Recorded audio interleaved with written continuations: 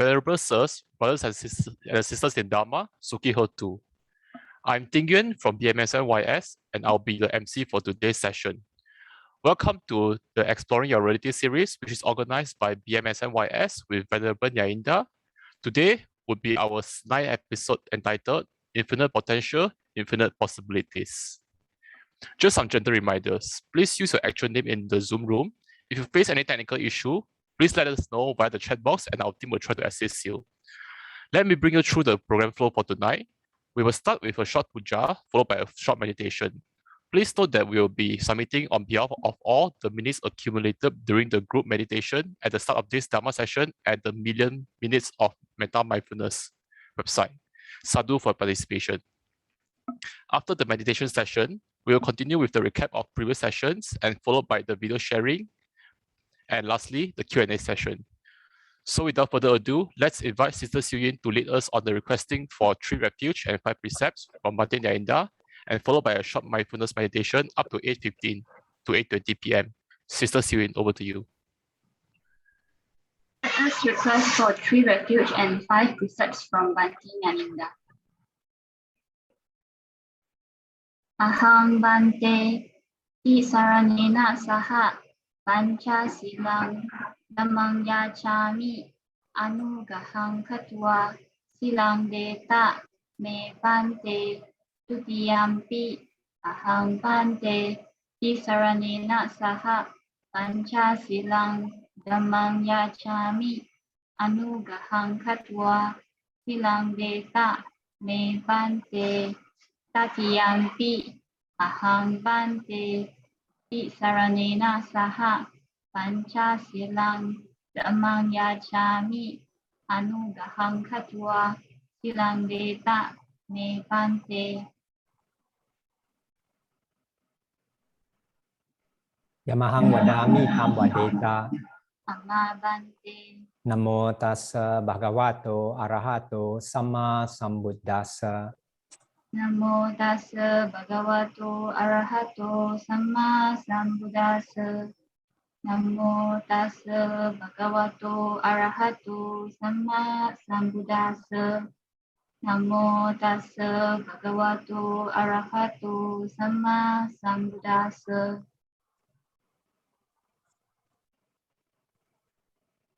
Buddham Saranam Gacchami. Buddhang Saranang Gacchami. Dhammam Saranam Gacchami. Dhammang Saranang Gacchami. Sangham Saranam Gacchami. Sanghang Saranang Gacchami. Dutiyampi Buddham Saranam Gacchami. Tutiyampi Buddhang Saranang Gacchami. Dutiyampi Dhammam Saranam Gacchami. Tutiyampi Dhammang Saranang Gacchami. Dutiyampi Sangham Saranam Gacchami. Tutiyampi Sanghang Saranang Gacchami. Tatiyampi Buddham Saranam Gacchami. Tatiyampi Buddhang Saranang Gacchami. Tatiyampi Dhammam Saranam Gacchami. Tatiyampi Dhammang Saranang Gacchami. Tatiyampi Sangham Saranam Gacchami. Tatiyampi Sanghang Saranang Gacchami. Tisaranena Gamanang Paripunam. Bhante.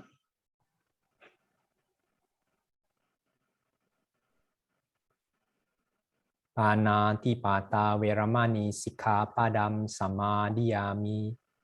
Panatipata Veramani Sikkhapadang Samadhiyami. Adina Dana Veramani Sikkhapadam Samadhiyami.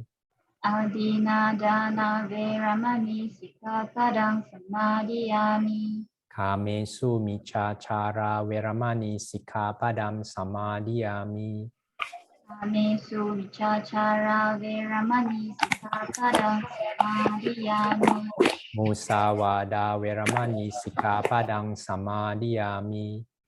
Musawada Veramani Sikkhapadang Samadhiyami. Sura Meraya Maja Pamadattana Veramani Sikkhapadang Samadhiyami.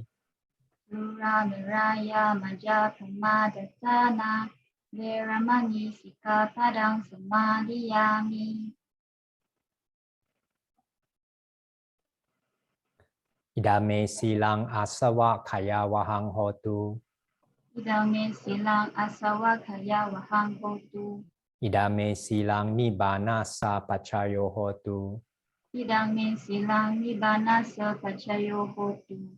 Tisaranena saha panca silang damang sadukang katwa apamadena sampadeta. Amma Bante. Sadhu, sadhu, sadhu. Okay, we'll continue with the meditation. Again, we will start off by just sitting comfortably and dwelling in the peace, love, silence that's within all of us. This love, peace, silence flow through all beings. As we dwell in this peace, love, silence, we wish all beings, including ourselves who are facing the current pandemic, to be aware, to wake up to the love and peace that's within us already. We will dwell in silence for 1 minute with the wish that all beings be well and strong to face the current situation.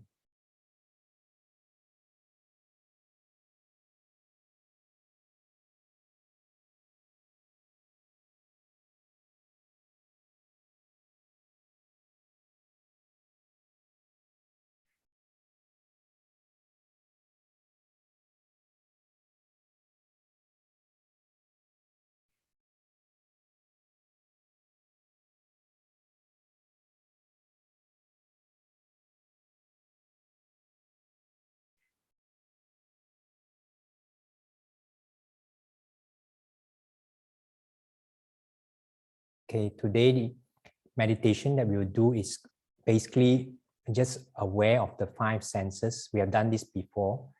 Just aware of the 5 senses. I'll guide you through them without adding any concept, ideas, or opinions. So basically, hearing is just hearing, smelling is just smelling, tasting is just tasting, feeling is just feeling, without adding any concept, belief, and stories. So what we'll do is try to notice with kindness any physical sensations as they are arising in our own unique perceptions. Relax the whole body, but stay alert, awake. Keep the back straight, but comfortable and at ease. You can choose to close your eyes if you want, but if you are sleepy, you can keep your eyes a little open or even wide open if you like.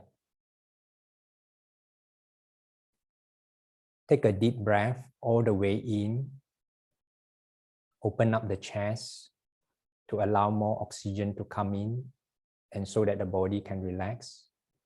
Breathe in, totally relax. Feel the presence of the now. Breathe out, let go of all tension, stress, all memories of the past, plans for the future.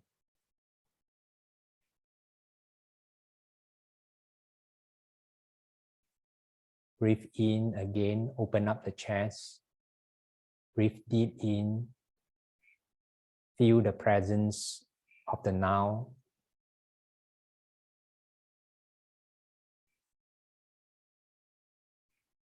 Breathe out, let go of all tension and stress.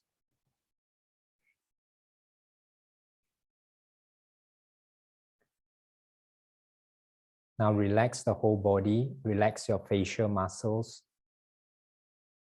Shift your attention to the space within your body. Aware of any discomfort or tension in the body. Let go of all the discomfort or tension if you can. If not, just be with them. Check into this quietness or stillness within us. Start to observe with kind curiosity the sensations in the physical body. This is the first sense, the physical sensations in the body. Explore all physical sensations in the whole body. Look and witness. Explore with curiosity. Feel your body as if you are feeling it for the first time.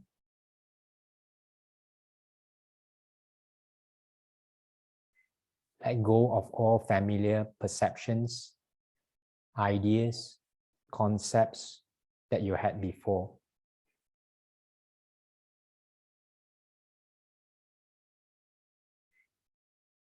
Each of us has a unique way of perceiving our physical sensations. Just aware of whatever sensations without labeling, without judgment, without any concept at all.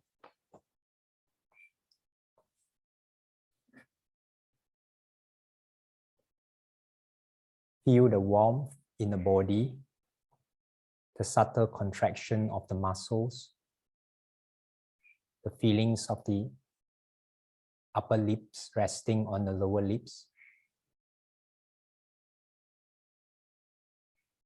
Feel the weight of the body, the hardness of the body.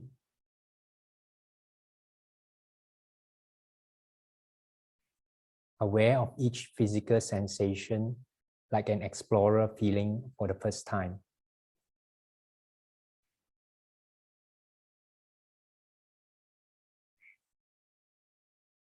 It could just be the feeling of being full from eating dinner.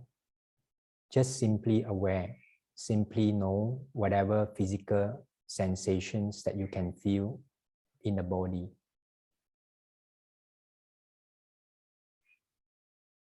Could be the weight of the body, the hardness.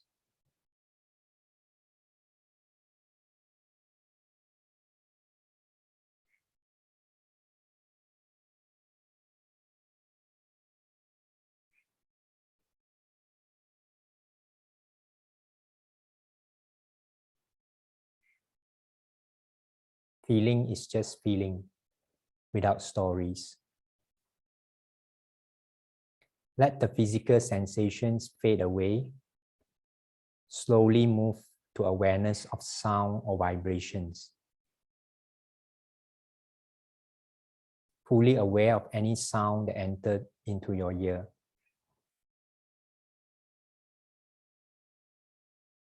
Just aware without labeling, judging, adding extra story to the sound.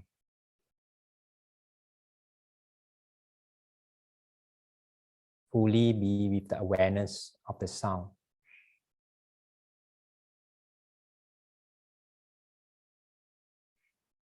Or it could be just silence, just aware.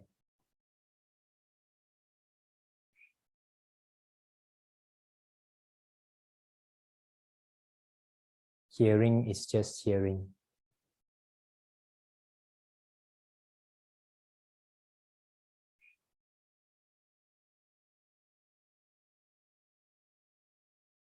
Let the sound slowly fade away.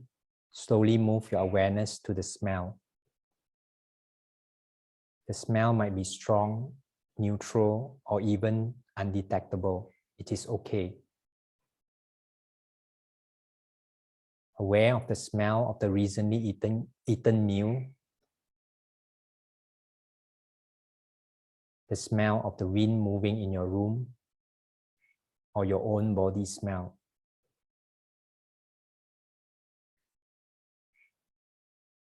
Just aware of any smell without labeling, preference, judging, adding extra story into the smell.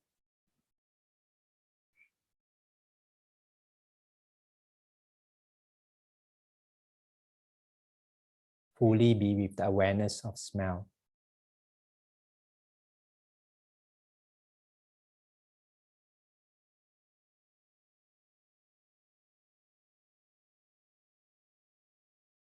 Smelling is just smelling.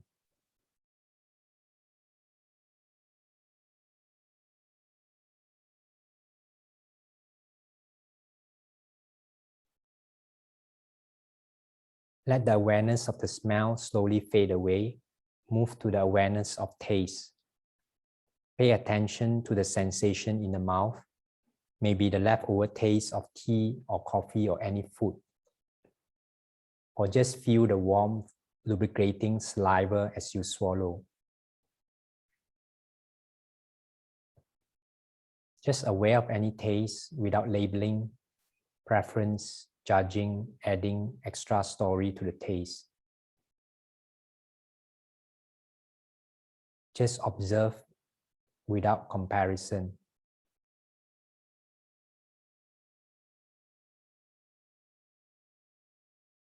Fully be with the awareness of the taste.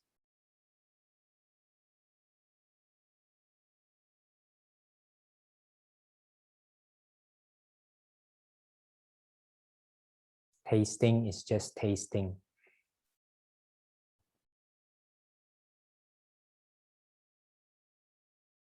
Let the perception of taste fade into the background and rest in awareness.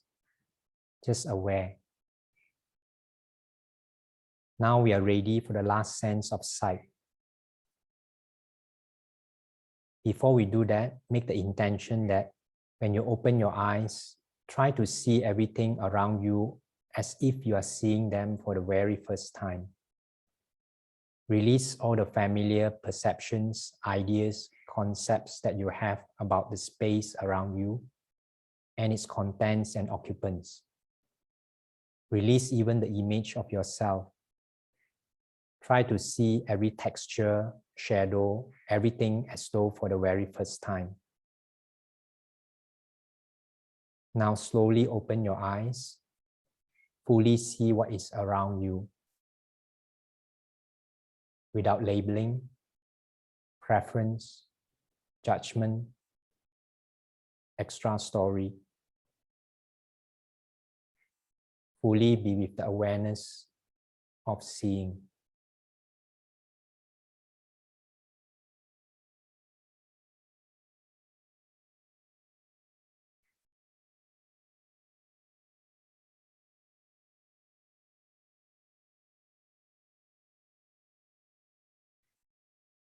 Seeing is just seeing. Gently close your eyes again. Rest in awareness for a moment. Explore what helps us to perceive our sight, sound, smell, taste, and touch. Turn your attention to the mind. You may notice thoughts arising. Let thoughts pass through the mind like clouds passing through the sky. Notice the thoughts without judgment, without attachment, without adding extra story, without trying to push them away. See each thought arise, fade away, and aware of the space of the mind. Aware of the space of the mind and what is happening in it. Let the space of mind grow. Aware, but do not grasp into anything.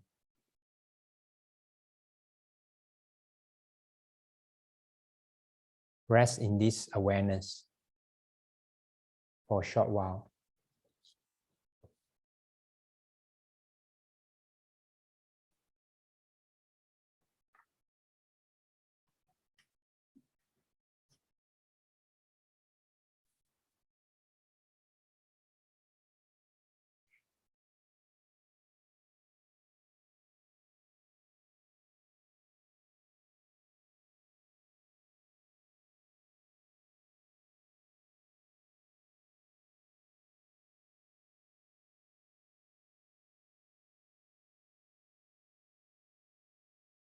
Now move your attention to your heart.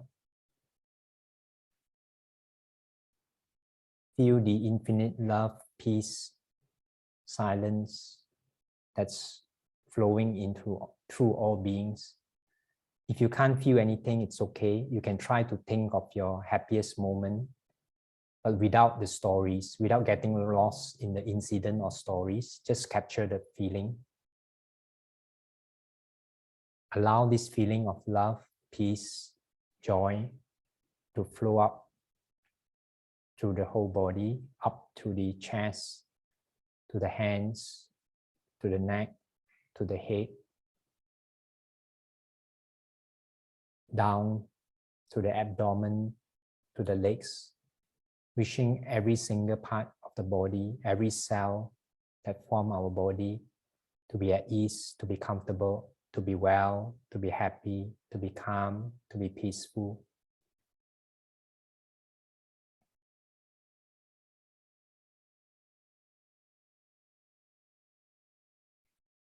Through the air that we breathe that connects to all beings, that this energy of love and peace that flows through all beings be activated in all the beings that we love, that we care, our family members, our friends, relatives. May they be at ease, comfortable, free from any illness, be well, be happy, be strong, be healthy.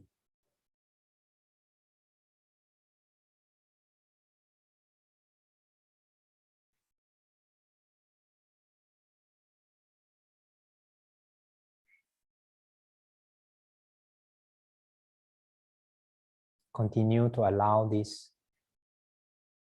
energy that naturally flow through all beings to be activated in all other beings that are neutral to us. Maybe people we meet at work, at supermarket, at the market, or any people that we meet, the neighbors.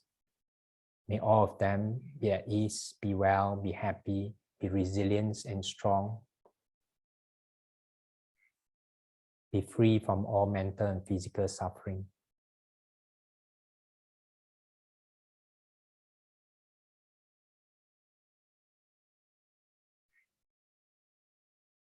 Finally, continue to allow this energy to be activated in all beings, including all heavenly beings, unseen beings, all beings near and far.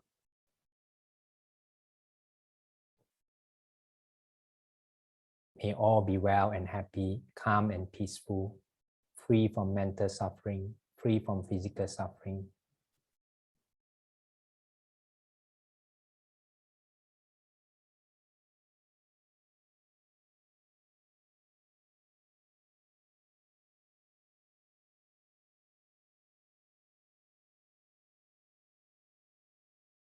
May all beings be well and happy. Just feel your body. If you can feel your body, you can slowly open the eyes.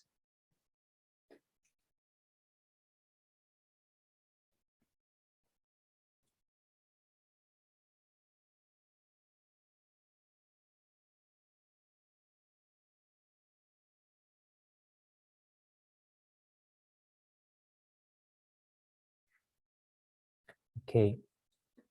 Now today's topic is infinite potential, infinite possibilities. Basically, the whole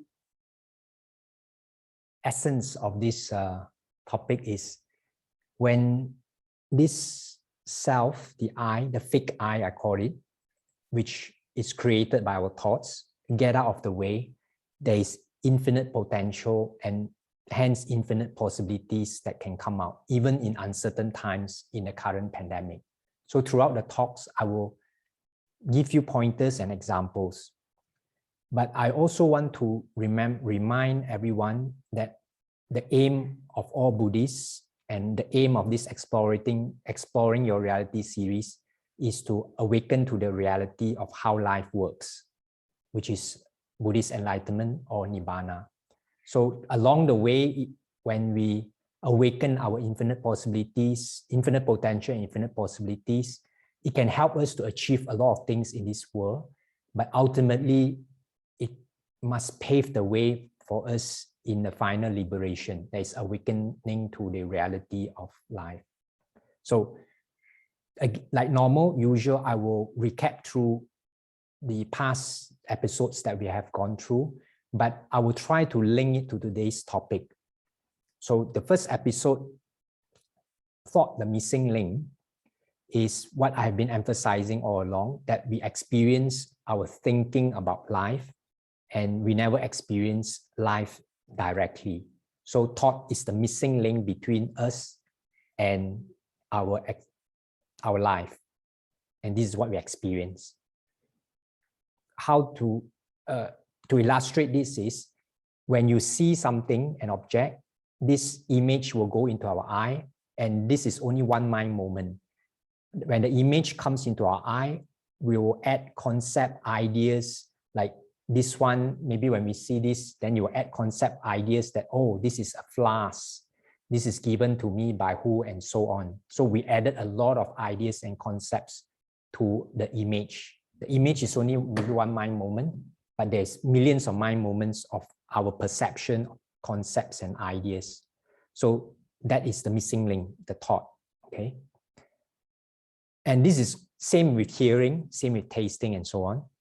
And this is great news because you have no control over what happens to you, what happens from the outside, your circumstances, the people that you meet, and so on. But you have a certain degree of control over your thoughts. How you respond to the thoughts, you have control, okay?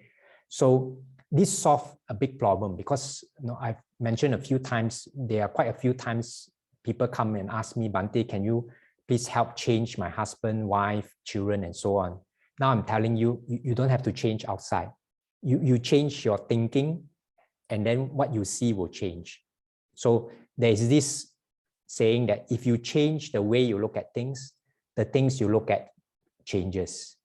So you just have to change the way you look at things. Okay, a few examples is, one is if you're flying in a plane, and you think the clouds are solid, you'll be like really panicked, you're not going to avoid all the clouds. But if you know the clouds are not, it's just water, you can happily, with fun, fly through the clouds. In fact, enjoying yourself. And yesterday I did share that, you know, it's just a change of mind. Walking under the sun to you might be really, you know, terrible and suffering, but the heat in the sauna, which is more, to you, you feel that it's enjoyment. Similarly, pain in the body, you might feel now it's really suffering, but we do pay money to go to massage where people press the body very hard and you feel, oh, this is really good, this is enjoyment. So it's just a matter of how we think about things. So the thought is the one where we experience, we don't experience what happened to us. And when you can see that, it changes your possibilities in life. So that makes a big thing. Second episode, natural well-being. It's also very important that all of us, even those people who are in the lunatic asylum, supposedly a mental problem, they have innate natural mental health inside them. It's just that they're not aware. And in the Anguttara Nikaya, Sutta, the Luminous Mind Sutta state that the mind is luminous. That means it's in well-being, it is bright, it's luminous, even though there are gas defilements with it, arising with it. But naturally, it is bright, luminous. So that's why I've also always pointed, you never see a depressed baby. Baby might cry because they need food or or they are wet, but they are not like depressed. You don't need a counselor to advise to treat a depressed baby because it never happened. And a good metaphor I want to give is actually each and every one of us is like a light bulb, and there is an infinite love, infinite peace that flow through all of us. It's like the electricity current that flow through all the light bulbs. But we associate more with the light bulb than that electric current that flow through all of us. Another metaphor is like each of us is like a wave in the ocean, but we think we are separate waves, not realizing that the ocean and the wave are not separate. All of us are together in this one big ocean. When we can pay attention to this infinite energy, that infinite love or luminous energy that flow through all of us, then you can activate this infinite potential and infinite possibilities will come out.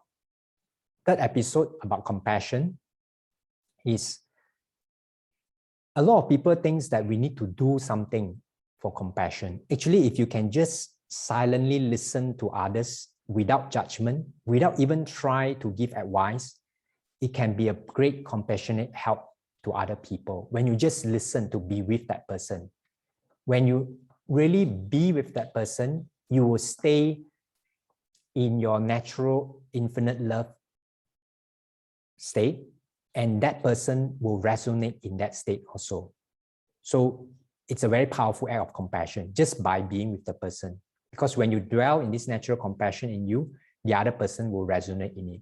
I give you an example of, there is an American coach, Dr. Dicken Bettinger, who one time when his son was involved in a very serious accident, the police called and told him that the son was involved in an accident. The first thing that came into his mind was ask, how is my son? And the doctor said, the police says that we can't tell you his situation. And being, he's human like us, a lot of thoughts ran to his mind. The first thought that ran to his mind is, they cannot tell me because he's dead. That's why they refuse to tell me. It's only later, he calmed his mind down immediately because he understands that it's our thoughts that create our reality, and we have infinite love, peace, if we dwell inside. So he don't let himself being influenced by all the thoughts that come, managed to stay calm and go to the hospital and realize that actually, I don't know, it's a law in America that the police cannot disclose the information about the patient. So the son wasn't dead, but was in very serious critical condition. Then when both he and his wife was with the son, suddenly the sons, you can see the monitors, the vital signs go very erratic.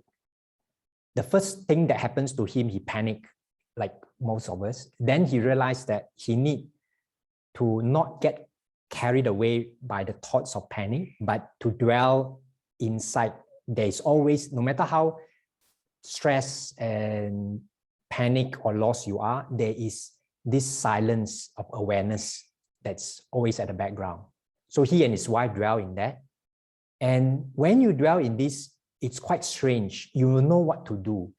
So the wife suddenly started singing. And he realized that when the wife started singing and holding the son's hand, the vital signs stabilized. Then when the wife stopped singing, the vital signs go crazy again. So he started pointing that to the wife, and then they stay quite a while singing to the son until the son's vital signs finally stabilize. So sometimes people ask me, Bhante, what should I do when someone is depressed or someone is in a critical situation? The most important thing is for you to not get lost in worries, anxiety, but try to stay in this silence awareness, which is our natural love, our natural compassion. When you stay with that, somehow the other person will resonate, the patient will resonate in that same energy. And that's the best for them. And you also know in this quietness of mind, quietness doesn't mean no thoughts, as in you're not carried away by the thoughts. You will know what to do. Like this Dr. Dicken Bettinger and the wife, they just somehow know, to sing to the son. So basically, when you have the compassion in you, you are there with the person, you are one with the person. You might not say anything, might not do anything, but that presence helps if you can stay in this natural peace, calm. But unfortunately, not many people know how to just be with yourself and with the other people. If all of us know how to do this, just be with ourselves and be with other people, there will be much less miscommunications in the world. Then episode 4, we talk about what are we. This one reminds me of many years ago when my grandmom was still alive. She did ask me what's the aim of us Theravada Buddhists. And I could only, at that time, many years ago, 20 or years ago, I can only explain that our aim is to end the cycle of birth and death. And to her, she's more into Mahayana practice. When she heard that, she says, no, this is not what I want to do. I don't want to become nothing. I want to come back again and again and again and again to help beings. Now I realize that that's not a very good description. It's, people don't want to become nothing. Okay, so I found a much better analogy. It's like before we get enlightened, we are like water in a flask or water in a cup. When we realize back our nature, it's like we suddenly realize that we are not water in the flask, we are water in the ocean. So you become like nowhere but everywhere. Because if I pour this water in the flask to the ocean and I ask you, is the water still there? If you say no, then I'll say, I did pour it in the ocean. But if you say yes, I say, please bring it to me, and you can't. So that's why the Buddha says, after his Nibanna, if you say that he still exists, you are wrong. If you say he doesn't exist, you are also wrong. Because the water in the flask is no longer exists. It becomes water in the ocean, which is originally, all of us have this infinite energy that flow through us, but we identify with this small body. We limit ourselves. When we awaken back to our true nature, that's where enlightenment happens. We don't become something else. We just realize back the non-self, which is originally the nature. Okay, so this is episode 4. Episode 5, mental weight. And I would like to stress, I found a good analogy as in quite often we try to think our way out of our problem. That's why we get more and more stressful. Trying to think your way out of the problem is like trying to find the bottom of a hole that you are still digging. And you keep digging and you try to find the bottom. You will never find, because you are always making the bottom deeper and deeper.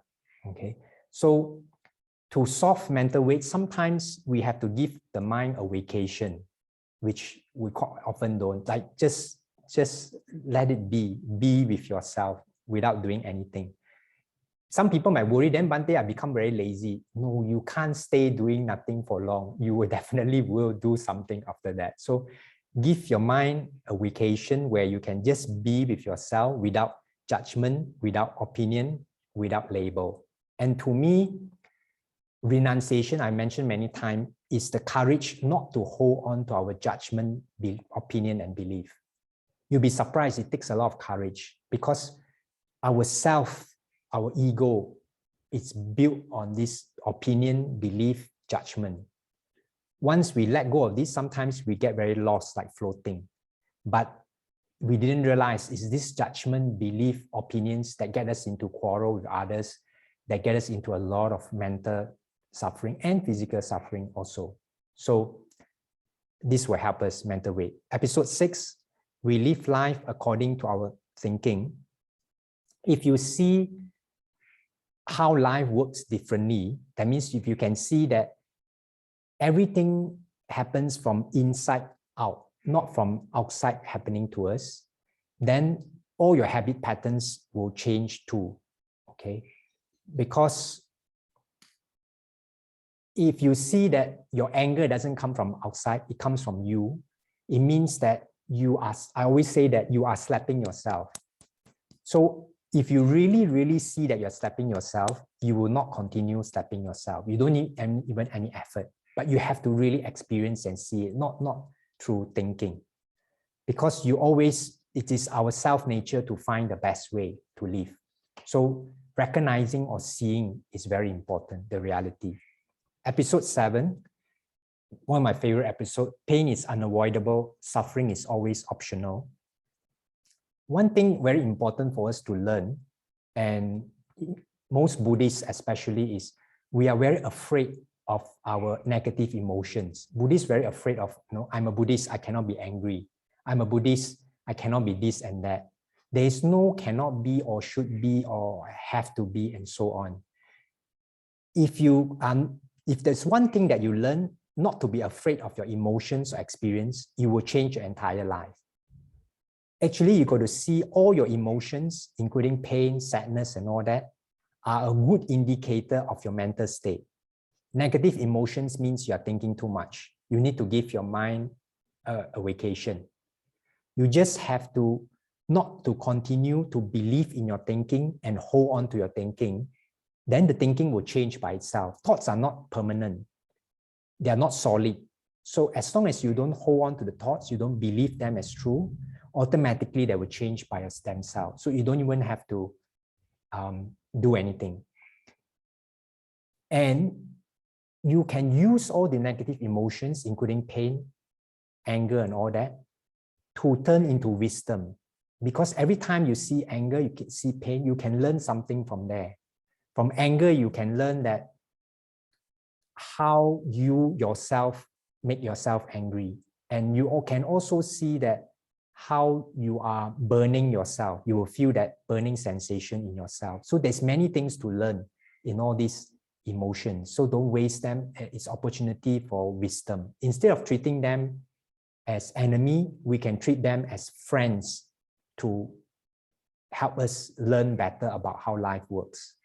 So this is episode 7. Episode 8, Thoughts Create the World. In that episode, I explained about dependent origination, a formula that illustrates how we turn our normal, everyday, impersonal experiences, like the image of a flask going into it. It's just an experience, but we turn it into a personal existence. I saw my flask. This is how we create a self. Illusory because we created it. We use illusory thoughts to create a solid world. And I like there's one book title called Thoughts Become Things. That's how we create the world. From our thoughts, we make it into things. Okay. And one thing we can use, if we just contemplate a while, our thoughts is very powerful, because when you think about the whole world is in you. When you think about the whole Malaysia is in you. You are not in Malaysia, actually. Malaysia is in you. It's in your awareness. So the whole world is in our awareness, is in us. Something for us to contemplate. So thoughts have a lot of potential and a lot of infinite potential, infinite possibilities. It's a very powerful creative force. Okay, now we'll play the video, which actually related to this topic about how we see things will make us have different conclusion about things. That's Mr. Philip. Now, because Joe is there too, he is small. Once Anna shows up, even Joe doesn't look that tall. In fact, all three of them are tiny. Size is a matter of perspective. When we look at a rainbow, we see an endless spectrum of colors. To describe them, we need to put them into buckets: purple, blue, green, yellow, and red. For a lack of understanding and language, we can't describe and classify most shadings in between. People who speak a different language therefore put each color into slightly different buckets. Red means different things to different people. Colors are a matter of perspective. Our first 9 months were probably peaceful. Then there was war, but soon peace again. We grew up and there were struggles that soon after led to friendships. We grow older and it gets difficult, but then also beautiful. If we were to go back in time and change one tiny detail, everything could have been different. Tim took a cookie. Anne said he stole it. The teacher thinks that Tim is bad. His dad said that he was just hungry. The economist professor thinks it was a rational choice to maximize utility. The behavioral biologist believes that his hormones drove him to do it, and the neuroscientist thinks it's his brain. A psychologist looks for the answer in his past, and the priest points to God. Everyone has a perspective, and no one really knows Tim. We all have different genes and our own particular past, sometimes good and sometimes bad. The result is our own unique point of view in this world. Even if we listen to the same songs, read the same books, or smell the same flowers.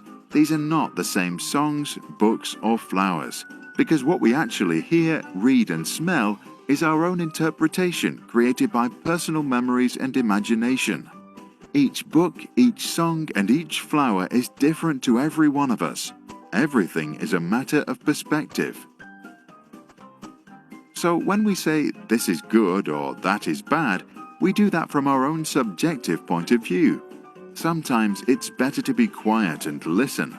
If someone is sad or angry, we can try to imagine how the world looks from that person's point of view.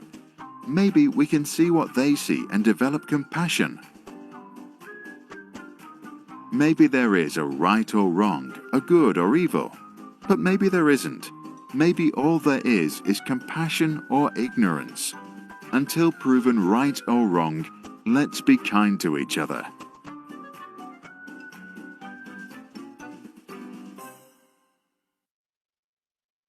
Okay, I just saw someone ask about the title of the book. That one's not so important because I never read the book. I'm just amazed by the title that says thoughts becomes things. Anyway, Dr. Ui gave the title and I don't know who is the author. He found out because I've never read the book. So anyway, from the video, we can see that, and this is actually one thing I want to stress again and again is right and wrong is very subjective. What is right for one person might be wrong for another person. So in Buddhism, actually, a lot of people think Buddhism is about morality, about right and wrong, but no. Buddhism is about awakening to the truth, to go beyond right and wrong, to see that actually the reality we live in is created by our thoughts. That's why it keeps saying about illusion, dream, and all that. So this is important. Okay. Now we will start with the slides. Xiu Yin.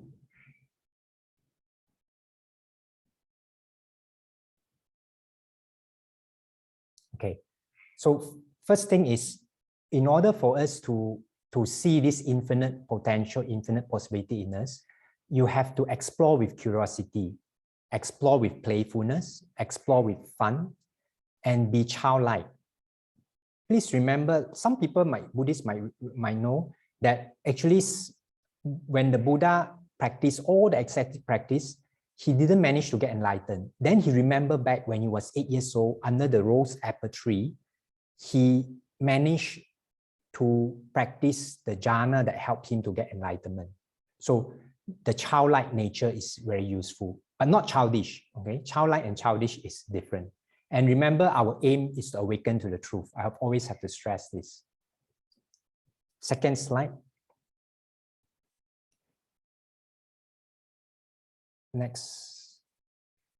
Yeah, there's a difference between knowing, back to just now, the one, sorry. There's a difference. Can you go back? Yeah, there's a difference between knowing the path and walking the path. So first step is we have to understand that how life works is we live in our thinking, not our life directly. But after that, you have to really see it for yourself. You have to really experience it. You have to really see yourself playing the game of life. You got to see yourself creating the world you live in. Another way of this seeing is witnessing it. Okay. And how you got to see it is basically you got to raise your consciousness to another level. But it doesn't mean, when I say another level, then you thought it got a different level. It's just basically you got to see with bird's eye view, not trapped in your thoughts. Then you will be able to see it more clearly and you will change your life. Okay, slide 3. So if an egg is broken from the outside force, life ends. If broken from inside force, it begins, great things always begin from inside. Okay, so so this one is like what I say, it's about changing ourselves instead of changing others. When you change yourself, you will change the way you look at things, and the things you look at will change. Okay. someone says, thank you for going through the earlier recap because they missed it. If you really want to listen to the recaps, actually quite easy. You go to YouTube and you type either my name, Yaninda, or BMSYS. You look, there's a playlist by BMSYS. You have all the talks in that playlist. Okay. So anyway, the next one about in this episode, we are exploring reality of infinite possibilities, infinite potential. Is this infinite potential and possibility will come if you don't limit to the small self, and we are moving to the territory of non-self. Okay, it means that there is no inherent individual permanent existence, but there is an energy that flows through this self. This is a 5 aggregates. There is a 5 aggregates and the energy that flows through activate these 5 aggregates. So in the first sutta that the Buddha taught, Samkitena Pachupadana Kanda Dukkha. In short, when we personalize these 5 processes, then suffering comes. These 5 processes is just process only. Seeing is just seeing only, hearing is just hearing.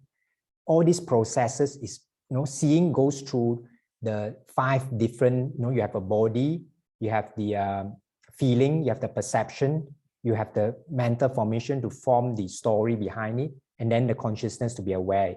So there's 5 processes that's running through seeing, hearing, and all that same.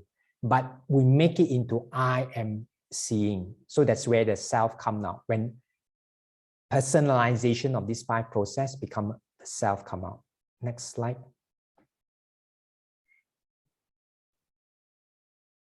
Yeah, next slide. Yeah. So there is no self, and this is in Fina Sutta, Samyutta Nikaya, which we are only made in Buddhists. All Buddhists know we are made from 5 aggregates or 5 processes, and these 5 processes Buddha equated to 5 illusory things.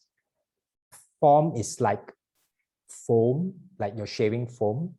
Feeling is like water bubble, which is nothing, is illusory. Foam is also illusory. Perception is like mirage, really is you think you see water, but really there's no water, but you really see water.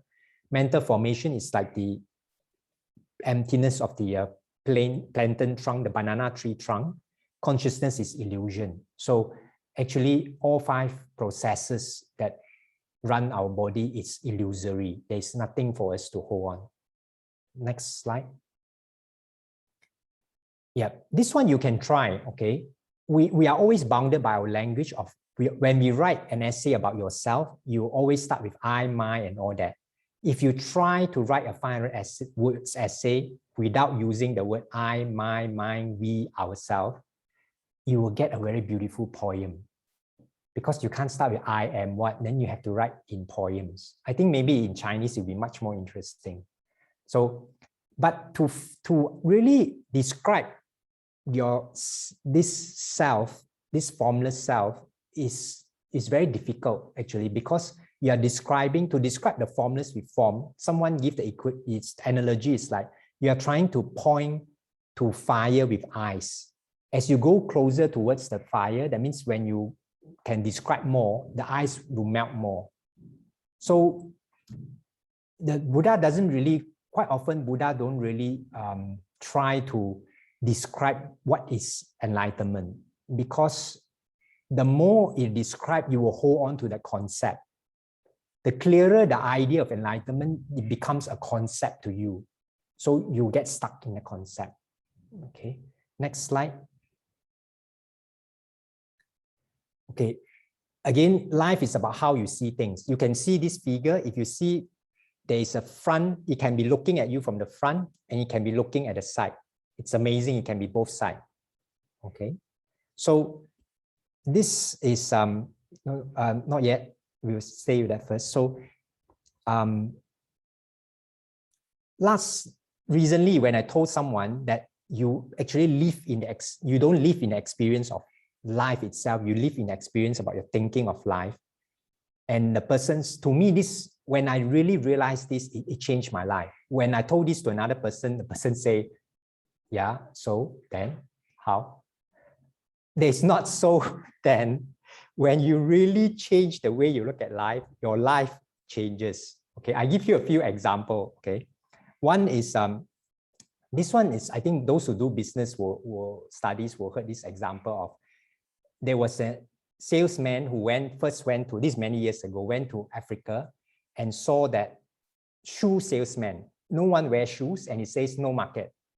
We can't sell any shoes in Africa because no one wears shoes. Then another salesman went there and saw absolute fantastic market because no one wears shoes, so we can sell a lot of shoes here. So the way we see things can change totally of our experience of life, and possibility will change. And a few stories that I've shared before is, another one is there's a first year student, this I can't remember which university, who actually went to do an experiment, and he was successful, and to him it's nothing special. And then professor asked him to do second time, still successful, and he did like maybe 5 consecutive times successful. And then the professor was very amazed, because no first year students, even master students, never been successful in the first try. But then after that, they realized it's because all the previous students were being told that this experiment is very difficult, it's impossible to be successful in the first try. But this student never been told this impossible. So he's like a fresh person who thought anything is possible, and he just did it. So we can have, if it's not clouded by our thinking, we can have infinite potentiality. Similarly, I've shared these stories with some people that when I was ordained, what happened was a friend of mine asked me, whether I want to be ordained temporarily, since I want to devote my time to practice meditation. And I say, why don't I get permanent ordination? And he was surprised, because he says, I'm inviting you to get temporary ordination because there is a famous Buddhist, a Burmese sayadaw that come to Malaysia, but people don't give ordination, outside of their country. He didn't go elaborate. He just says, this guy is asking too much, but he didn't elaborate further. But to me, I never know this. So I went to the sayadaw and asked, can I get permanent ordination as a bhikkhu? And he just looked at me and says, yeah, can, just find me the ordination hall. And it's only later, when during my ordination ceremony, the senior who was ordained by the same sayadaw keep complaining, because he says he went all the way to Myanmar to get ordained, and this sayadaw needs him to go back to Malaysia to get all the recommendation letters and so on, and he got to make few trips. And for me, it's just happy, just asking sayadaw, can you ordain me? And the sayadaw say yes. So, but I never have this idea that the sayadaws never ordain people outside of their country or monasteries. So when you don't have this idea, everything is possible. The next slide. Okay, you can see in this slide, in the box, there's what we think our potential is based on our past, but our actual potential is the whole screen. We are always limited by our past, that this is what we can do and so on. If we just don't dwell into our thinking, let go of our thinking, don't believe it is true, we will be able to create much more better. We always limit to the past and try to navigate to this very narrow path. Okay. Yeah, so we are confined in this. When your I, which is all your memory of the past, get out of the way, then really you have infinite potential, infinite possibilities. One of the way is when we do anything, we stop thinking it's about us, we function better. Okay, when you give a speech or when you are doing any performance, when you're doing anything at all in life, if you keep thinking, am I doing it right? Is it the right thing to do? And so if the focus is on you, you are never going to do well. But if your focus is on the job, on the people, on the audience, then it's different. So if you keep aiming, let's say if you are giving a speech or talking or giving a presentation, if you keep aiming the flashlight at yourself, your attention is always on yourself. Am I doing right? Am I doing okay? And all that. You are blinding yourself. And then you will not be able to do anything. So the best way is turn your attention to what you are doing, not to the self. If you're too obsessed, you can't get what you are doing. And always, if you attend to what we are doing, instead of what had happened or what we are afraid might happen, we always do better. Okay. And we are able to tap into the natural resources in us. But unfortunately, most of us get lost in what's happening and all that. We don't concentrate on what we are doing. Okay. Now I'll give you a few examples of my own self. Okay. One of the example is in the first meditation retreat that I conducted in Indonesia a few years ago. It's a 10-day. I don't know how I ended up conducting a 10-day retreat, because I told them that I'm not ready to do a long retreat. Maybe 2 days is okay. And somehow, yeah, they say, okay, no problem. We have a short retreat, but somehow it ended up 10 days. And without any thinking, I say, okay, I will give talks every day. And for the whole 10 days, every night, I gave talk in Bahasa Indonesia. And I never, until the end of the retreat, I only realized that I've never really spoken in Bahasa Malaysia, even for maybe many, many years. I studied everything until SPM in Bahasa Malaysia, but I never really conversed in it. But when I was there, I was never thinking about it. Now that I start thinking again, all my Zoom talks with Indonesian fans, always through translation, because now I cannot do it again because I'm very careful with the words I use. Of course, throughout the 10 days, made a lot of mistakes because some words are different from Bahasa Malaysia and Bahasa Indonesia. But I can see that the message was managed to get the message across, because I can see the emotions, the reactions from the audience. So when the I gets out of the way, we are able to perform much, much better. Of course, the talks that I give, it's not very eloquent words that's used. It's just words that's, you can say bahasa pasar, but at least the message is across. And similarly, also quite a number of years ago, I was suddenly asked to spend 3 months wasa in a small town in Sarawak. When I reached there, I realized that the people there can't really speak English. The language that I can use either is maybe Hokkien, which I can't really speak, or Mandarin. So somehow I find my way through giving Dhamma talk every week in Mandarin. And the Mandarin that I learned in school, maybe it's only Papa, Mama, Ni, Wo, Xiao, Da, Yi, San. But somehow I managed to give Dhamma talks for 3 months.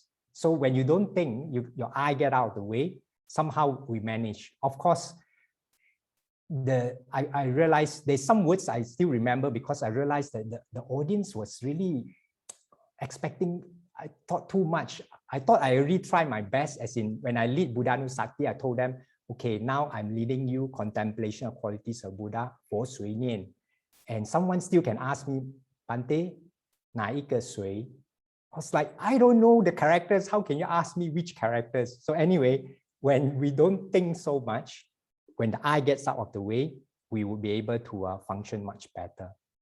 Another example is when I was working with Singapore Telecom, I was sent, and this is my initiative because at that time I was young and I want to see the world. So I told them, send me anywhere in the world, even Siberia, I will go. So anyway, so they sent me to Vietnam, which no one wanted to go at that time. And they actually market me as an expert in paging system. Nowadays, I think you all never know what is pager. In the old days, in 1990s, there's a machine called paging, which you can only receive, pager that can only receive messages. Very popular in Vietnam and very popular in Singapore, not so popular in Malaysia.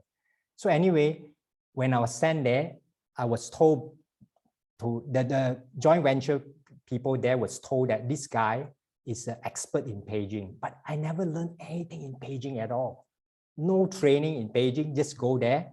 And the beauty of it is the first day I arrived at the office, the paging system went down. And so, oh, they look at the Vietnamese, look at me. This is the Beijing expert. Can you please go and help and fix it? I didn't know how I fixed it. Okay, managed to get the paging system back on, but I didn't know how I did it because I know zero about paging system. And of course, throughout the months there, I learned on the job. But again, it's by, if your eye, the limited past, get out of the way, a lot of things can be done. Okay, next slide.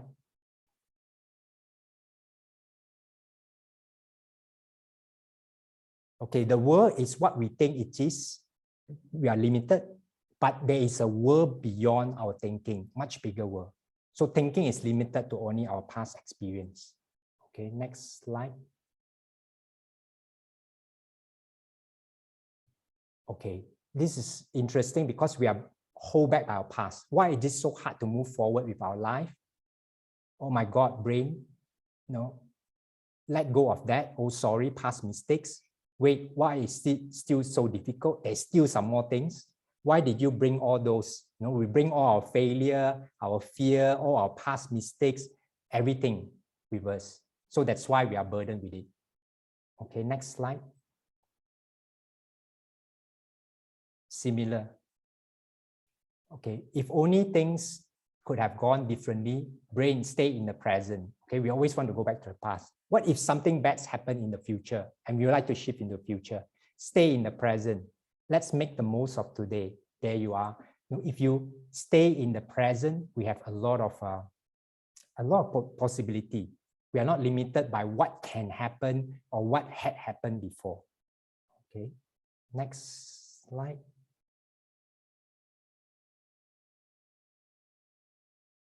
Okay, so what I want to also say is that a lot of us are limited by also the idea that failure is bad.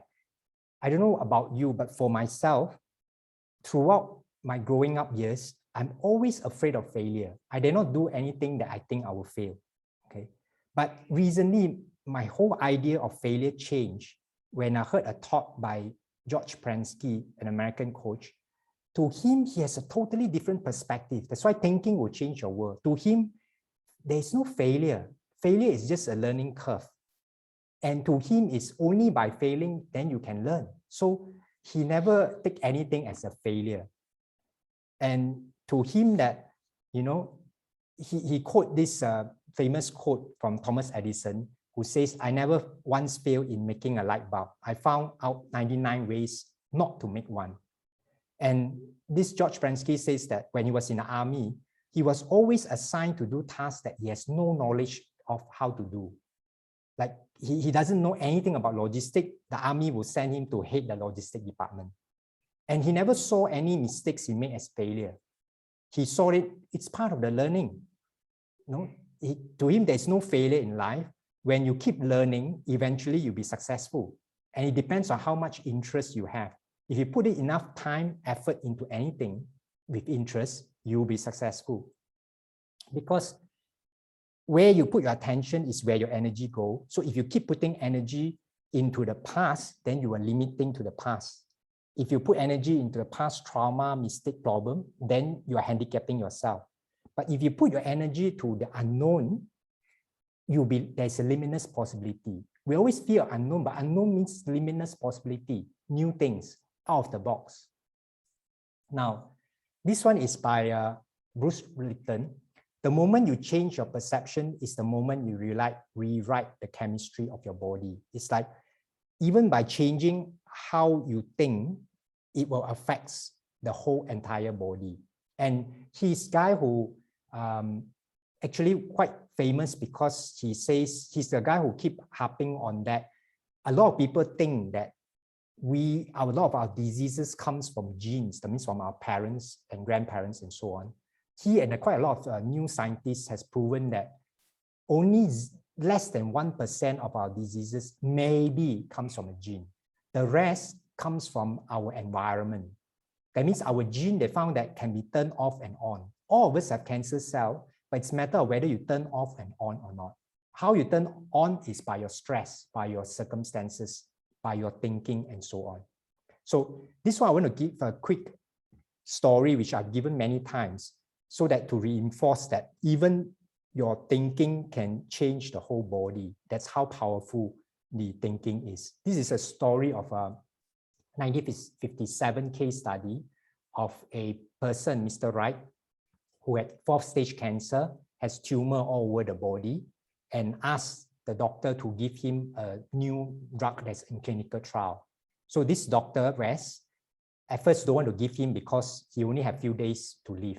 But finally, after persistence, begging, the doctor gave him the drug, criboyzen, and he was cured because he had so strong belief in the drug. In only few days, the tumor melted and he was totally cured from 4th stage cancer. Must be through his belief, because later on he read in the newspaper that all these drugs clinical trial shows that that drug is not effective at all. And when he read that, he went into depression and his cancer came back again. So it's a matter of thinking. Then he went back to the same doctor, and the doctor thought, first time is thinking, no, so this time I will also trick him. So tell him that, no, yes, the medicine not effective, but I have a special batch that, can more effective one. That's an upgraded version, and give him actually just water, distilled water. And he got cured in a few days. The tumor again melted and all that, and he was totally free from cancer. So again, thinking. And finally, a few months later, when he read actually all the drugs by this company doesn't work, he got back his depression and got back into cancer again. So you can swing from one side to another side just through the thoughts. Okay, the next slide. We do not see things as they are. We see them as we are. It's a good thing to remember about how we see things is through our state of mind, not how things they are. Okay. And the problem is, we always think that other people also will see things as we are, but it never works. That's why it's quarreling. We think, people will also see the way we see, but it doesn't. Next slide.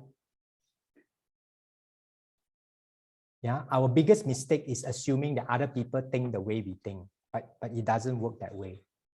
Okay, so that's why if you follow the American politics, the Democrats is being brainwashed by the media that the Republicans are sexist, racist, violent people, and the Republican is being brainwashed by the media that the Democrats are dangerous, anarchists, anti-law society, anti-police.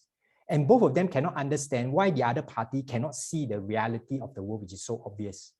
Democrats see very obvious that the Trump is really telling lies. But the Republican, because of their brainwashing, see very obvious that the Democrats cheated in the election. So both of them live in the same world, but see different reality. And if you have time, I didn't really watch fully, but there is a documentary called The Social Dilemma in Netflix, which shows how humans are being brainwashed by the internet, by social media. Because if you like certain thing in Facebook, you will keep seeing that, and you think your world is that only. So we are being brainwashed all the time. So this one we have to be very careful by our thoughts. Okay, next slide. Yeah, so your perception is a reflection of you. My reaction to you is an awareness of me. So it's all from us. Everyone that we see is a reflection of us. We think it's seeing a person out there, but it's because it's a projection from us. Next slide. Okay, this one quite interesting because quantum physics has found that actually when we observe something, it changes that experiment. Last time we always think that it's anyone who do the experiment under the same condition is the same. But no, quantum physics found that if Nibanna do an experiment or James do an experiment, it will be different because each person who observe it will collapse the reality. Yeah, they found that the electrons, last time we studied that they flow under certain orbits, but now they realize that it's not. They have only probability at certain place. When you see it, it collapses into one place. So actually, when we see there's at every moment there's infinite possibilities, but we collapse it into one reality every single moment. Yeah, and if we use our past memories and all that to collapse it, it collapses into very limited possibilities. Okay, next slide.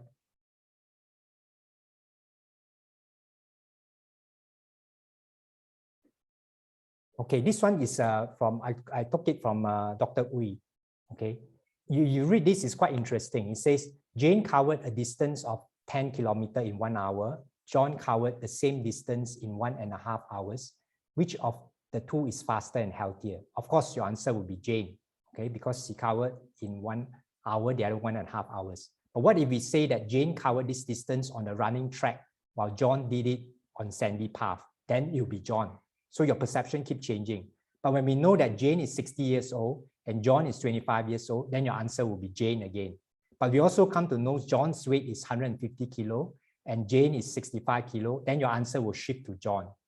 As we learn more about John and Jane, our opinions, judgments keep changing. The reality of life is also similar. We form opinions superficially and hastily, due to which we think it's a reality, but it keep changing, okay? So important thing is not to fix into our opinion, concept, and all that. If we go to where we don't know, go to the unknown, then your intuition will kick in. You will have this inborn wisdom will come in, okay? And also, according to quantum physics, the whole universe is a hologram. And each part of the universe is like a self-contained hologram that has information of the entire universe. Like I said before earlier, the metaphor is like each of us is like, we think we are separate wave, but we are inseparable from the whole ocean. So as long as we pay attention to this part, then we will be able to access the infinite possibilities in these infinite oceans. Okay, next slide. Okay, this is back to the brain one. I refuse to make any decisions until I know exactly what will happen in the future. So you will just think until I know what will happen. This quite often we want to think and think and think. Okay, how much of our life will be wasting like this? As much as it takes. Okay, the brain likes to think and think and think and think. Yeah, I like this. Okay, actually, if you stop thinking, sometimes ideas just come out. Have you ever realized when you are studying in school, when you can't find an answer to a question and then you go to sleep, next morning you find the answer? Because but you have to direct your mind towards whatever is at task. I'm not saying that you just don't care.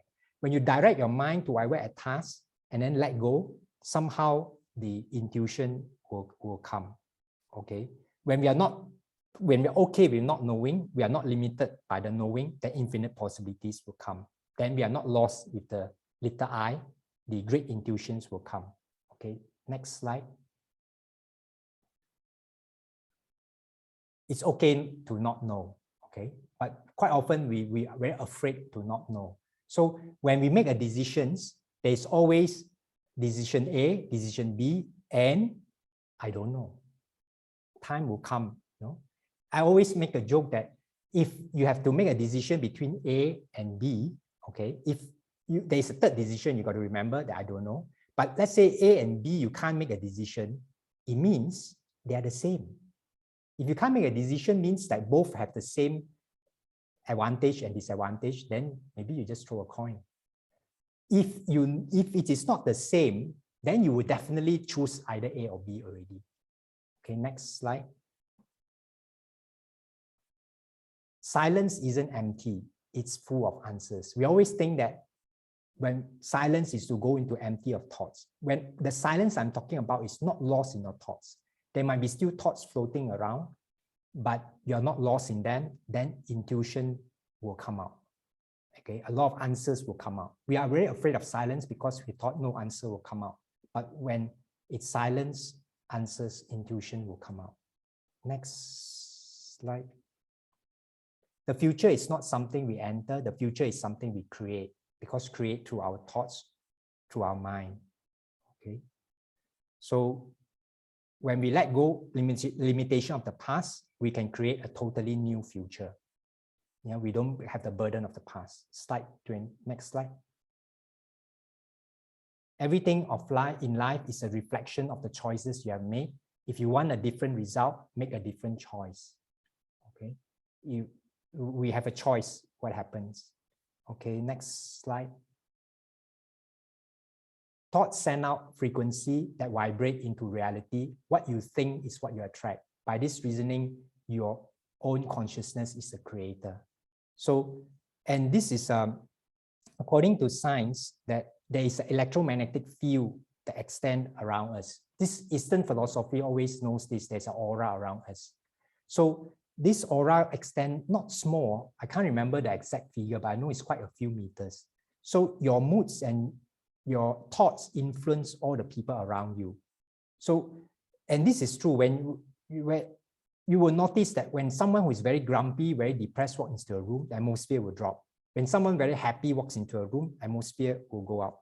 So actually one time I was joking with a young kid, brother and sister. I told the elder brother, it's your job to keep yourself happy, because if you are sad, you will affect the younger sister. So you got to keep yourself happy so that, for the sake of the younger sister, if not for yourself.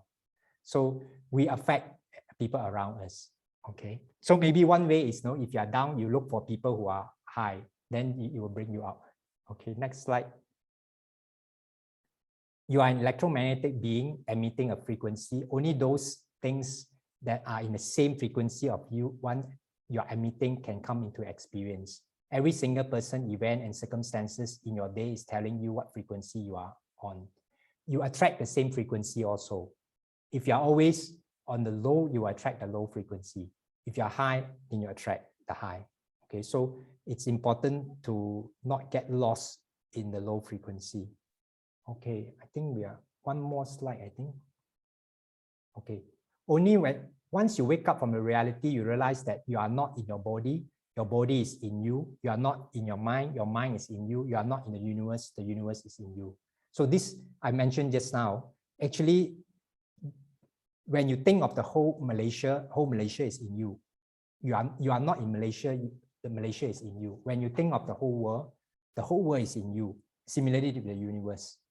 So our mind is our awareness is much bigger scope. In fact, it's infinite. There's no limitation. Any more slides? I think no more. Okay, that's the end of the slides. Any questions from the meditation, from the sharing?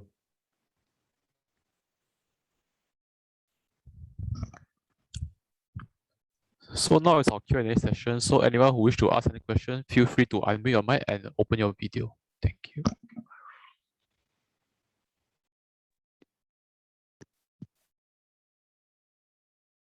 Any questions or sharing that something that come up in your mind?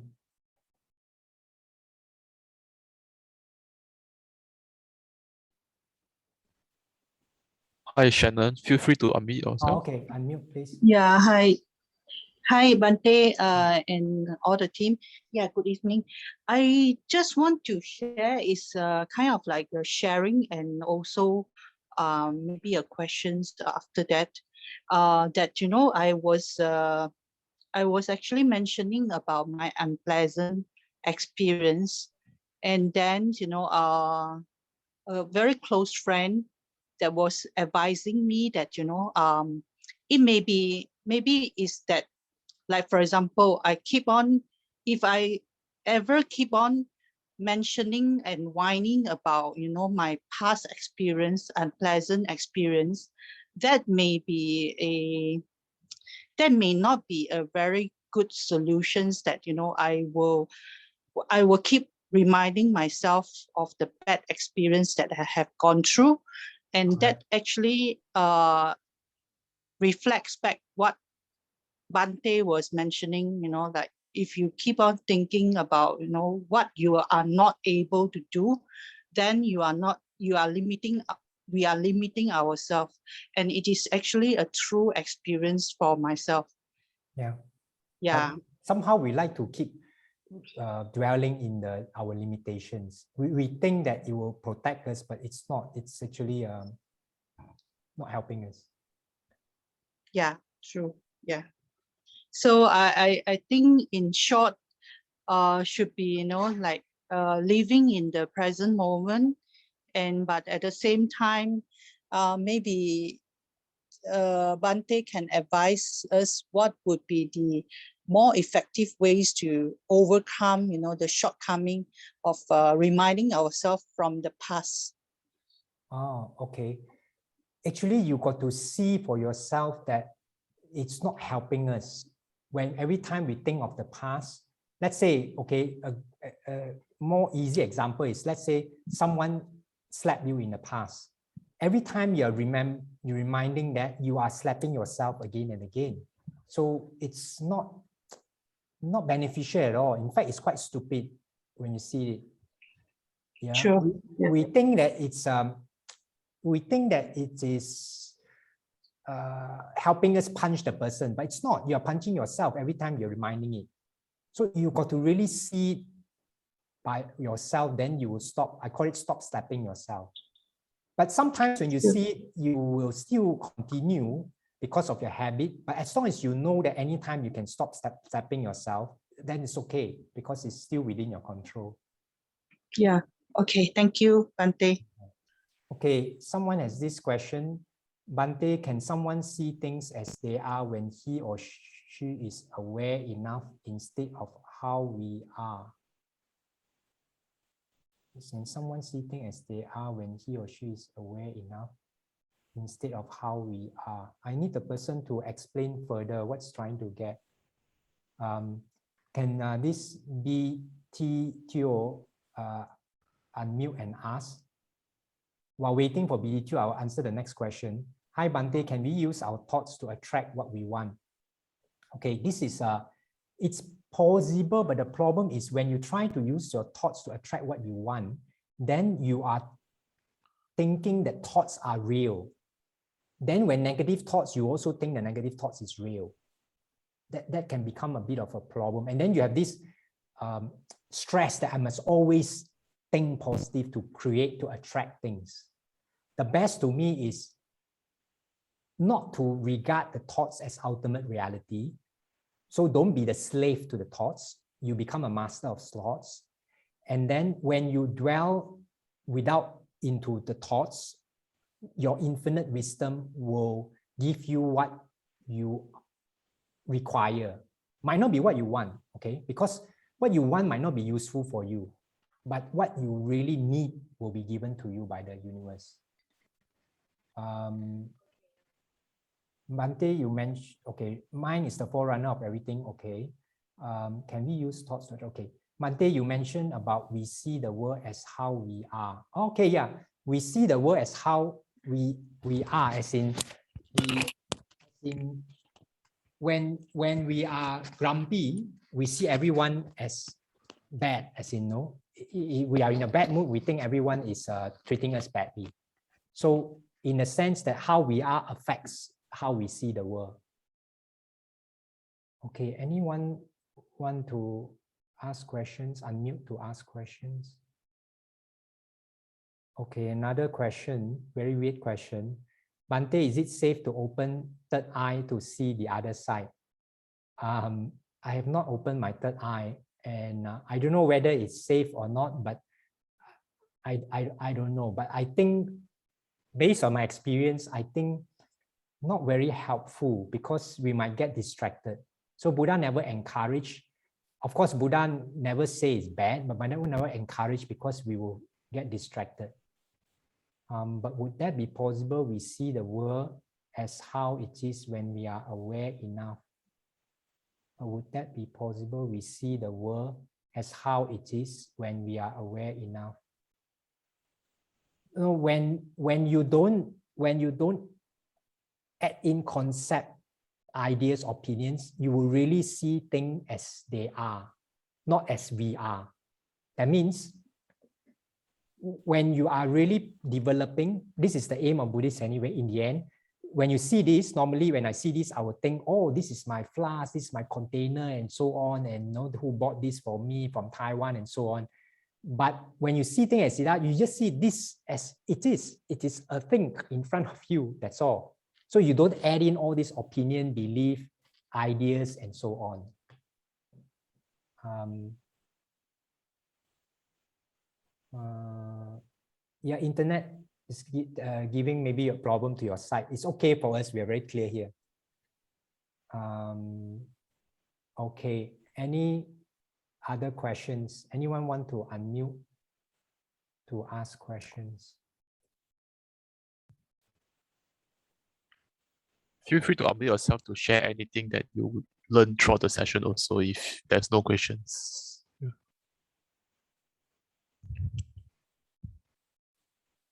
One thing I want to remind people is that actually all our inventions that we have in the world, it's because people are not limited by the past. If you are limited that, you only need lines to make a phone call, then you will not have handphone now. So by not being limited by the past, we are able to create a lot of possibilities. What you think is what you attract, Bhante? My thinking comes naturally and moving very fast. How do I handle this? One way is don't take the thinking as ultimate reality. If you can't, sometimes we can't, the thinking just keep coming. As long as you don't take the thinking as solid as reality, you don't pay too much attention to it, then it's okay. Then you won't dwell in it. That's the best we can do. You can't really control your thoughts. Okay, any other questions?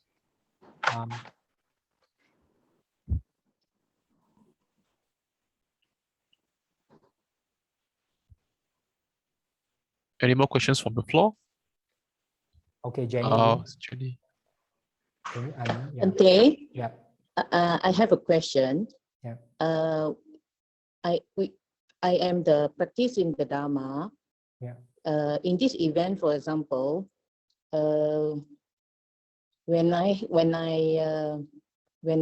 actually have something to do, so I normally the thought that for myself I put it very clear. But when the noise comes to me in my surrounding, there are example in your family, maybe one or two people may give me some noise and so on. I will still stay on to my thought very clear about my focus, and so that I am trying to progress something. So if my parents is the one who give me some noise, I am not really take it, but I just say, okay. But if they keep coming, making noise and noise, so in the Dharma, in a way that do I offend to my parents in this? Hello? I think, Jenny, your voice is breaking. Mine is not clear, is it? Yeah, just now it's clear. Now it's okay. Oh, now I'm saying that my thought is clear about I want to do something about progressing myself, but the noise in my surrounding, especially in my family, maybe it's my parents making noise. Then of every learning about Dharma, following this, all this, and I actually trying to do, to apply in my work so that I can progress well. Yeah. But after explaining, yet understand by them, they can't accept I am applying Dharma in my life and my work.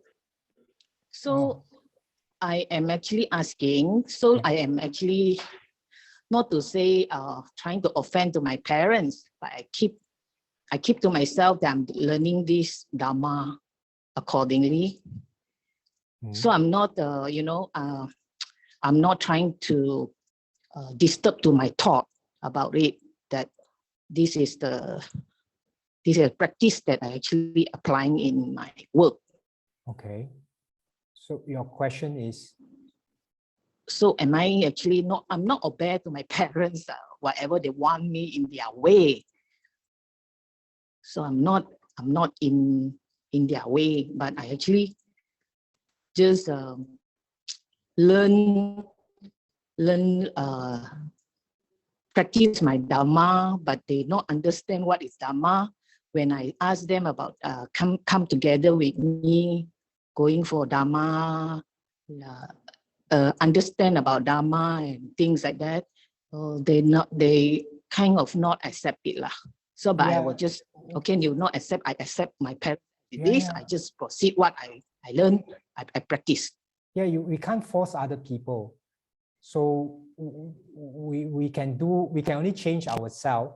When other people see the change in us, they might come and want to learn. They might. We can only start with ourselves. We can't force others. So I actually not voice anything, but when they ask me question, I can't say much. When I say much, become confused. So I keep quiet, and they keep saying that why you change? You're not communicating.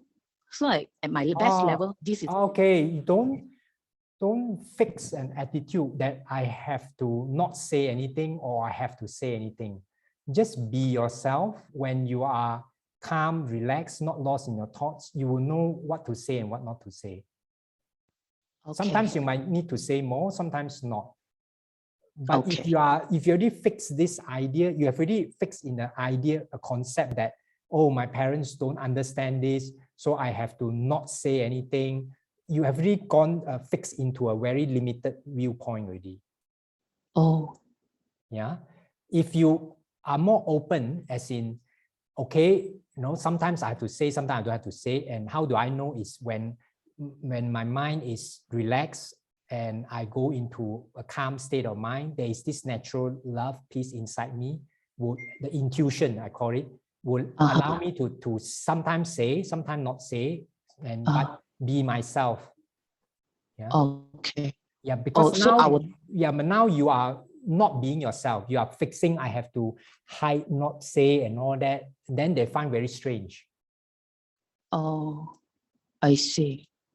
Oh yeah, they find it strange. Yeah, I will find it strange. I thought I will feel that if you become like this, I would think maybe this family member has joined a cult. Very dangerous. I got to save her out from this cult. Yeah, you just be yourself. But I am trying. I am. I am. Say I am want to communicate more with them. They ask me what am I doing. I said, I am. Learning Dharma. For example, I say I learning. Like I learn Buddhist, practice Buddhist and learning Dharma. But they don't understand what's that. Yeah, they don't understand. It's okay. You just say, I haven't reached that.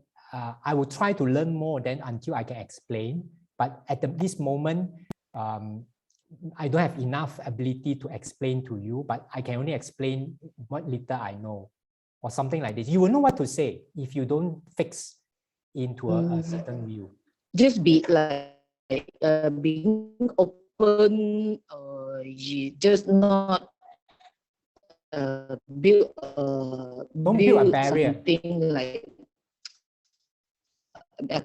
trying to communicate at the very no, you don't have to try. You don't have to try to communicate also. You don't have to try to communicate also. Just be yourself. Your voice keep breaking. Oh, okay. Understand. Yeah, just be yourself. Don't try to communicate or try not to communicate. All right. Yeah. Okay. Okay.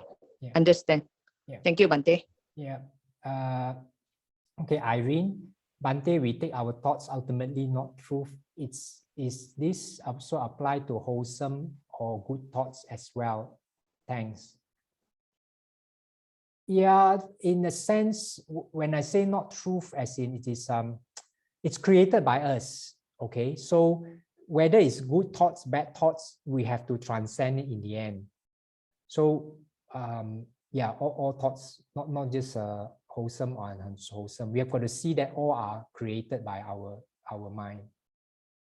Okay, any other person?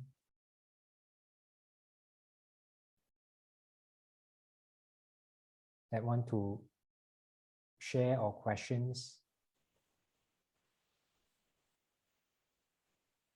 Any more questions from the floor? Maybe you just take 1 or 2 more questions before end the session.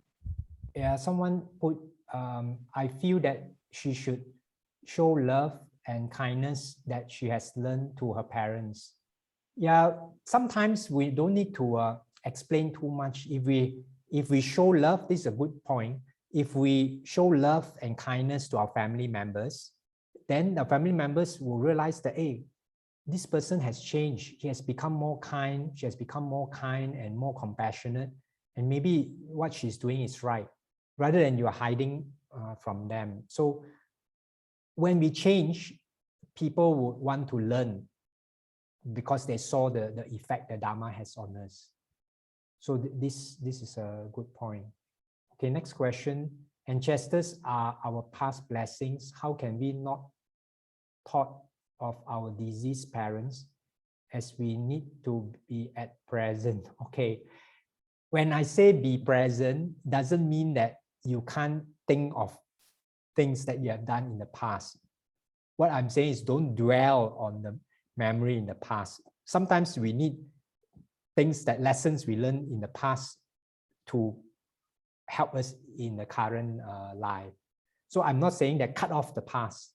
I'm saying that don't relive the trauma in the past and don't live in the future worrying about the future. You can plan for the future. Doesn't mean don't plan for the future.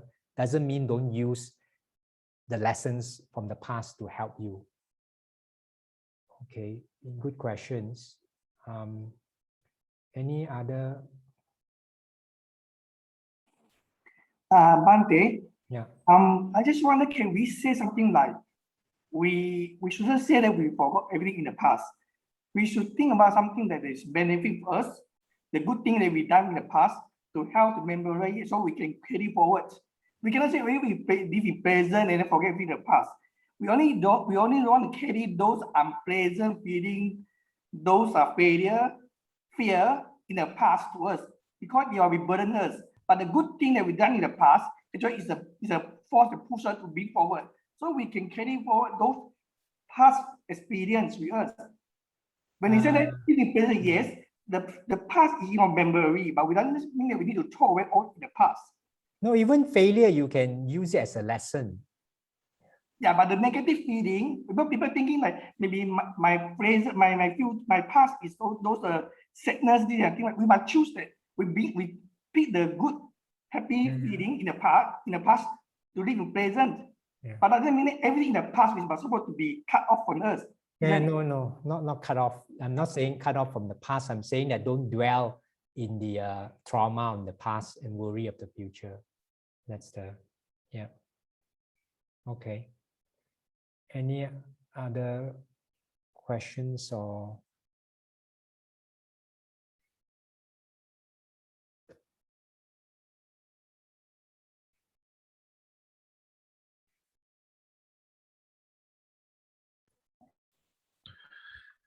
Bante, one question. Bante, if the unwholesome thoughts so happen to be aiming towards Bante, once aware of the thoughts, do we not stop it immediately? Yeah, I don't understand this question. It's from CF Yap. If unwholesome thoughts happen to be aiming, it doesn't matter aiming towards whoever. When you have unwholesome thoughts, you will feel not comfortable. That's why you got to see when you're aware. Awareness is very important. When you're aware of your feeling all the time, when you have unwholesome thoughts, you don't feel comfortable, then you won't continue on. Yeah, if further questions, CF Yap, please unmute and ask.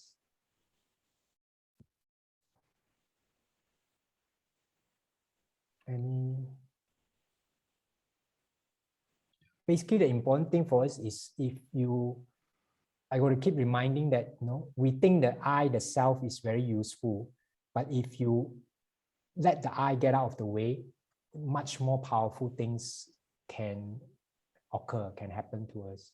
And that I is not, it's illusory. It's not that there's an I that we need to get rid of. There's no I in the first place. It's just our thoughts create our identity through our belief, opinions, judgments. We make this self out. and separate ourselves from the world. Any other one or two last questions that we have? Okay, someone say Bhante, Western psychology emphasizes a lot on I. Yeah, but they are changing now, and the self. Yeah, but they are changing. They are slowly changing. They are being influenced very heavily by Eastern philosophy and psychology. Okay, any questions or last sharing? Okay, someone asked, Ghost Month is coming up. The thoughts to be careful of the spiritual beings next to us harming us. What are your thoughts? My thoughts is, don't believe all your thoughts as ultimate reality. You can have any thoughts that come and then it will go away if you don't think it as solid things. Okay, CF Yap, can you please unmute? Yeah, Bhante. Yeah. Okay, actually, my question is regarding that. Let's say in the situation that we having a very bad thought at towards a person, or maybe even a Bhante. Yeah. So well, it is so quick. The thought arises, and but somehow. Let's say if we aware of something that is going to be really very bad, unwholesome thought is going to arise. So shall we need to stop it immediately, or we just watch the thought to let it arise and fall? Oh, okay. Because actually depends on how sharp your wisdom is. Mm-hmm. If your wisdom has been trained to be very sharp, you won't continue with the thoughts. Yeah, so you can use the thought as training. If you are not sharp enough, maybe you need to make some effort. But normally if you keep training your mind to be sharper and sharper, because unwholesome usually is anger, hatred, jealousy, you will feel burning sensation on your body. So you won't continue. It's like slapping yourself, basically. So it's up to you. You can, depending on each person, sometimes you can see the thought to learn something. Sometimes you might want to, just suppress the thoughts or whatever. So depending on situation, but I prefer if you can use it as a wisdom to learn. Okay. So there is a challenge then. Let's say the person's in front of you is a Bhante. It could be an enlightened person. Yeah. So if any of the bad thought so arise, Yeah. so well, we certainly will be created a lot of karma. If you have this belief that it's going to create a lot of bad karma, then it's best if you try to suppress the thoughts. Yeah. That's why I say depends on individual. Okay. Yeah. So to suppress the thought is still depends on the situation, is still requiring, right?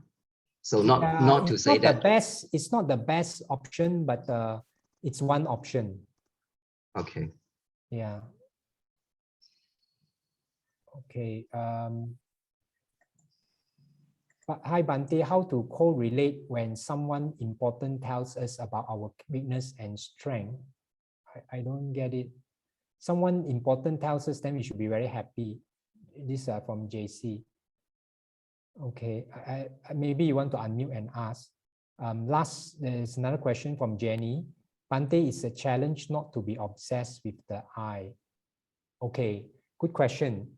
It's a challenge not to be obsessed with the I. The I is from our thoughts. So if you don't take the thoughts seriously as real, as ultimate reality, slowly your I will be dissolved. The I cannot be sustained without thoughts.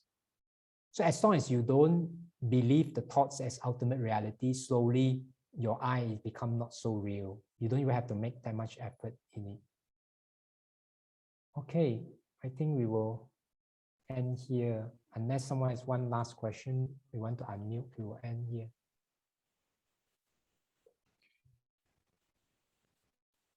Okay, I think that's all for now for Okay. today. Okay, we'll Okay, share so that's the end of our Q&A session. So now we would like to seek Venerable Nibanna to guide the dedication of merits. Okay, let's share merits with all devas, dharma protectors, guidance deities, share merits with all sentient beings, share merits with all family members, relative friends, especially departed family member, relative friends, and ancestors. Make aspiration always with the wise, avoid the foolish, be free from greed, hatred, delusion. At the end again, share merits with all beings, wishing each and every being an equal share of merits. Etawata chamehi sampadang punya sampadang sabe devanumodantu sabba sampati sitya.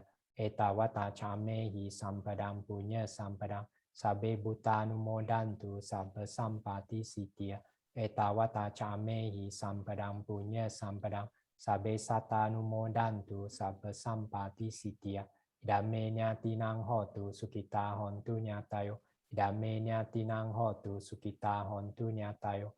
Idame nyatinang hotu sukita hontu nyatayo. Imina punya kamena mame bala samagamo satang samagamo hotu yawa nibbana patiya. Idame punyang asawa kaya wahang hotu. Idame punyang nibbana sa pacayo hotu. Mama punya bagang sabha satanang pajema. Te sabe me samam punya bagang labantu.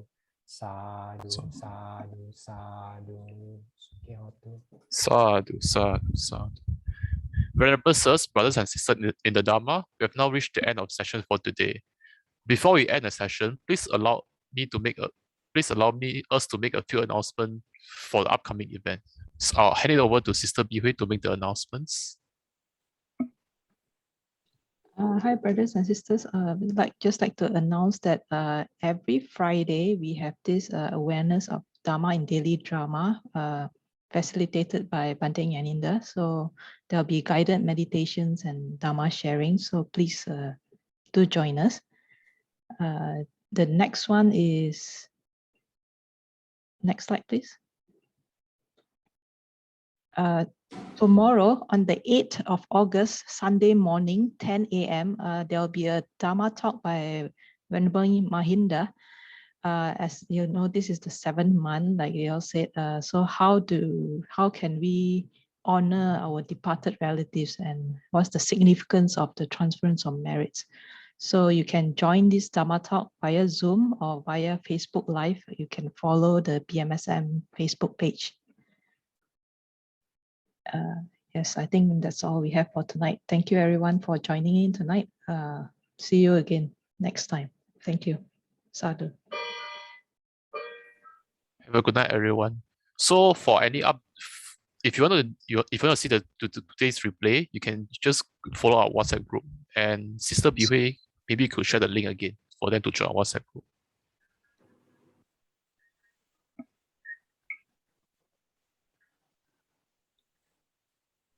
Yeah, Sister Bihui just shared the WhatsApp group details. Feel free to join our group to get more updates.